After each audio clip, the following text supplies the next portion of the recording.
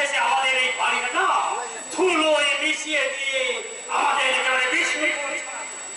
কেন দেশে আইন প্রশাসন কিছু নেই, পুলিশ নেই। পুলিশ তোমার বাবা নয়, আমার কোনো গোলাম নয়। ওদের কাছে টাকায় স্বর্গ, টাকায় ধর্ম, টাকায় কর্মন্ত। আমার দু একটা বাচ্চা শুয়ে আছে, তাই বলে আমি শুয়ে বাচ্চা নয়।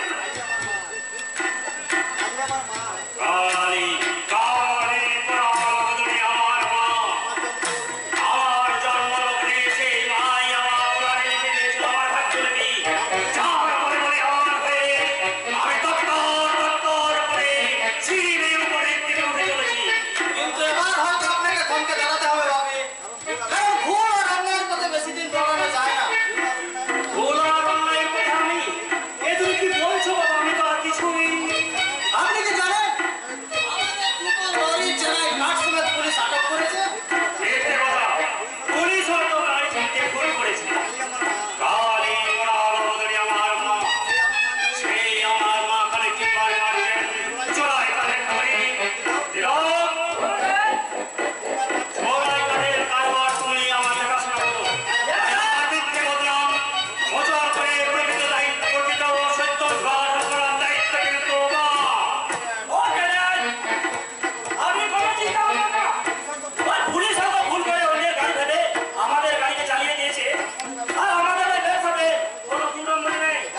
যা আপনার ওই চরিত্রে কেউ গালি দিতে পারে। আমি এখন যাচ্ছি না। তিলক যত সুন্দর কথা বলে গেল, আমার পথটা কিন্তু তত সুন্দর নয় না। তোমার নিজের ভাই সন্দেহ করছো? সন্দেহ নয় বাবা, যেটা সত্যি সেটাই বলছি। তোমার এই কথা মনে হওয়ার কারণ এমন চাল চলন আচার ব্যবহার কোনোটাই একটা আদর্শ ব্রাহ্মণ বংশের চরিত্র বহন করে না বাপু। তাই নাকি? কিন্তু তোমার চরিত্র কি আদর্শ ব্রাহ্মণ বংশের চরিত্র বহন আর করে? নিশ্চয় করে, কারণ আমি এমন কোনো কাজ করিনি। তাহলে বলো, আমাদের ঘর চাষি বিকাশ দাসের বোনের সঙ্গে তোমার কিসের সম্পর্ক? তার সঙ্গে মেলামেশা করে তুমি কোন ব্রাহ্মণ বংশের আদর্শ বহন করো? মিথ্যাস্ত বাক্য দিয়ে আমাকে ভোলাতে না। আমি জানি তোমাদের দুই ভাইয়ের চলার পথে কিছু কিছু ভুল আছে, কিন্তু আমি নীরবে তা সব মেনে নিয়েছি। কেন জানো? কারণ কালী আমার মা, সেই মা কালী তোমাদের একদিন সুমতি দেবে, এই বিশ্বাস আমার নির্ভুল। তোমার যে বিশ্বাসের মাঝখানে খাদ আছে বাপি, তুমি কি এই কথাটা অস্বীকার করতে পারো না বাপি? সে কি মামনি, কালী আমার মা, সেই আমার বিশ্বাসে খাদ। বাপি তুমি কিন্তু আমাকে বলেছিলে, তুমি আমাকে বলেছিলে যে জয়পুর জঙ্গলের বেশ দৃশ্যগুলো মনোকর দৃশ্য, কিন্তু সেখানেও যে দুপের জানোয়ার বাস করে। জয়পুরের জঙ্গলে Yes! কে জানোয়ার? এ তুমি কি বলছো মামনি? আমি কিন্তু পাগল ছিলাম না বাপি, ওই জানোয়ারটা আমাকে অপমান করে আজকে পাগল তৈরি করেছে। যতক্ষণ না আমি তার প্রতিশোধ নিতে পারছি। জয়পুরের জঙ্গলে তোকে অপমান করেছে? তাহলে নিশ্চয়ই কোনো হয়তো মূর্খ সাঁওতাল। না না না, সে কোনো মূর্খ সাঁওতাল নয়। তার কথাবার্তা শুনে মনে হচ্ছিল সে কোনো শিক্ষিত মানুষের ভর্তা। কে সে? তার নামটা জানো? কি যেন নাম, ও কালা চাঁদ নাম। আই বল, তাহলে তো কোনো চিন্তাই নেই রে। ওই কালাচাঁদের প্রেমের টানে ওই বিরোহিনী রাধা কদম তোমার পরিবর্তে কান্দনে ছুটে গেছে। তুই যেন ওর প্রেমের টানে ভুলিস না। এটা হাসির কথা নয় কোনো। তুমি খোঁজ নাও, কে ওই রাজান যে আমার মা মনিকে অপমান করে। প্রয়োজন হলে তাকে না উচিত শিক্ষা। না না বাপি না, উচিত শিক্ষা বর্দা নয়, তাকে শিক্ষা দেবো আমি নিজের হাতে। তারপরে আবার তুই জঙ্গলে যাবি, কিন্তু খুব সাবধান। কালাচাঁদের ডাকাতি অবাসী কিন্তু জাতকুল মান ভুলিয়ে বারে বারে রাধাকে কদম তলায় টেনে নিয়ে গেছে। তুই যেন ওর নাচের সুরে ভুলিস না। প্রেম করেছে রাধা সুন্দরী, চলা নিতে যাই যমুনায় লয়ে গা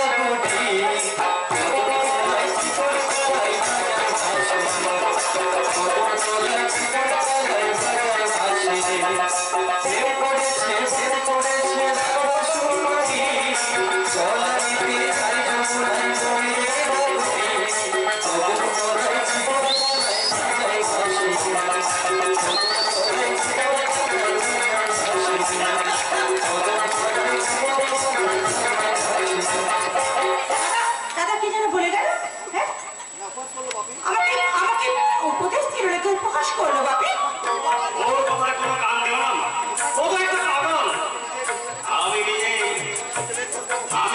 খুঁজে বের করবো কে সেই শয়তান যার বলাবলি আর হয়ে সে আমার মা মনিত প্রমাণ করে কানে আমার মা সেই মায়ের কৃপায় আর তাকে বাঘে বলতে এক ঘাড়ে জল ছাড় সার সামান্য একজন বনবাসী যুবক সে কিনা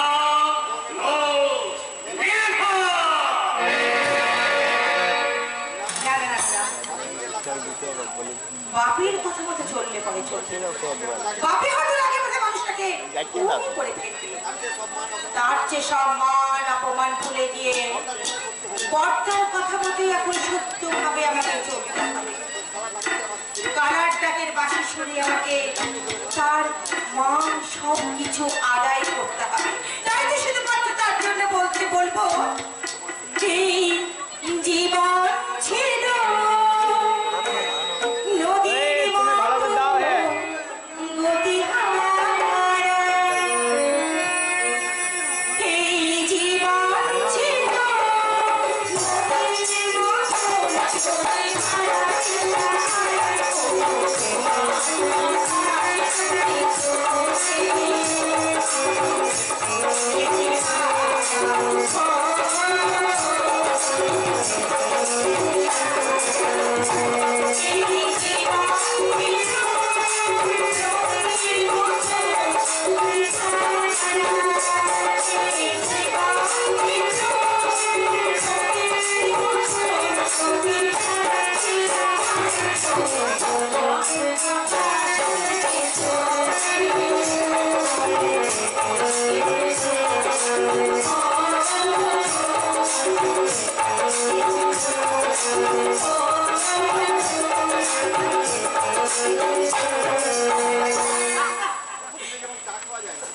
কিতে যেমন চা খাওয়া যায় না, পেনশন পরে যেমন বৈষ্ণব হওয়া যায় না, তেমনি তেমনি পোশাক পরে কণ্ঠে ওই গান মানায় না মেলা।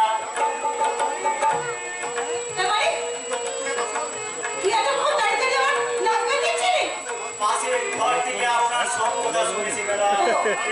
কালার বাসি শুনে রাধা যদি কদম তোড়ায় যেতে চায়, বৃন্দে ঠাকুরিনী হয়ে আমায় তো আসতে হয় ম্যাডাম।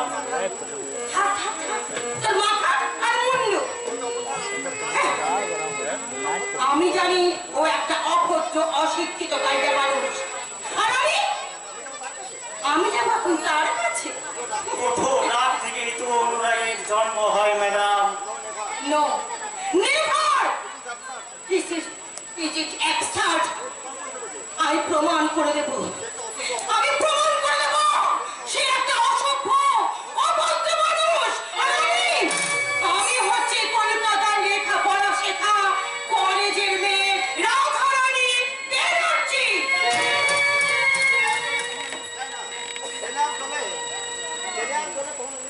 তাই তেলে আর জলে কখনো মিশ খায় না বলো? তেল তার আত্মগরিমায় জলে মিশে না গেলেও তাকে জলের উপরে ভাসতে হয় ম্যাডাম। ওই যে বসে দাঁড়িয়ে থাকা হাজার হাজার মানুষের পায়ের নিচ থেকে নেওয়া আমার এই শিক্ষা। তাই তো সেই শিক্ষাকে আমাকে বলতে ইচ্ছা করছে, শিক্ষা চেতনা চেতনায় দেয় মুক্তি, সেই মুক্তির লড়াইয়ে সামিল হয়ে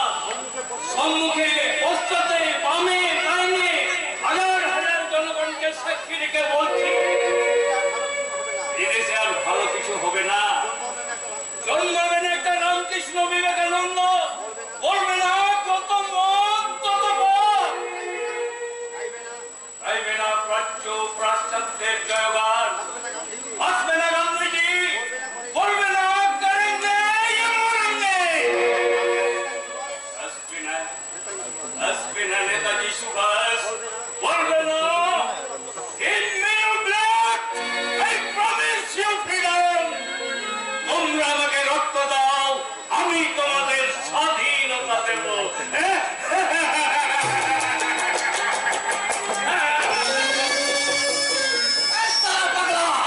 রাস্তা জাম করে দাঁড়িয়ে আছিস কেন?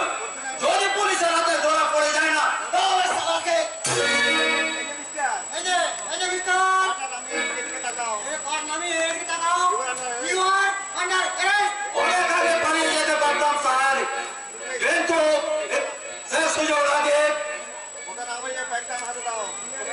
বলি কথা না বাড়ে একটা আমার দাও আমাকে পারি স্যার, কিন্তু ভাগ হবে 50-50। এই ভদ্রলোকের চুক্তিতে ওটার খেলাপ করা চলবে না। ওকে এবার টাকা দাও এই নিন।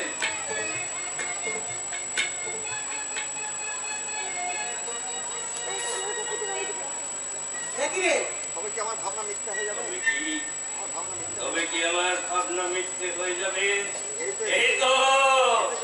এই তো এসেছে দেশের গর্ব, সংগ্রামের প্রতীক নেতাজি সুভাষ বোস আর সততার প্রতীক গান্ধীজি।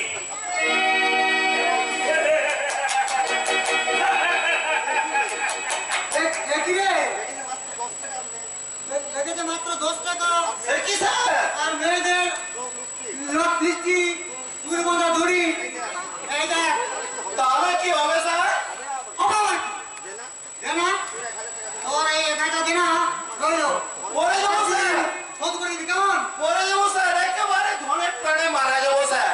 আজকের মতো শোধবোধ করে নিন স্যার। করে নিন স্যার, করে নিন, কারণ মাস্টার তো ভাই বলে কথা। চুপ স্যার, তোর জন্য আজ আমার এই দুর্গতি। দেখো শালাকে। তুই থামলি কেন একেবারে চালিয়ে দে যত সব পাগল ছাগল দল দেখতে একেবারে আমাদের নাই আমার ভেঙে ব্যাগটা আপনি দিয়ে দিন।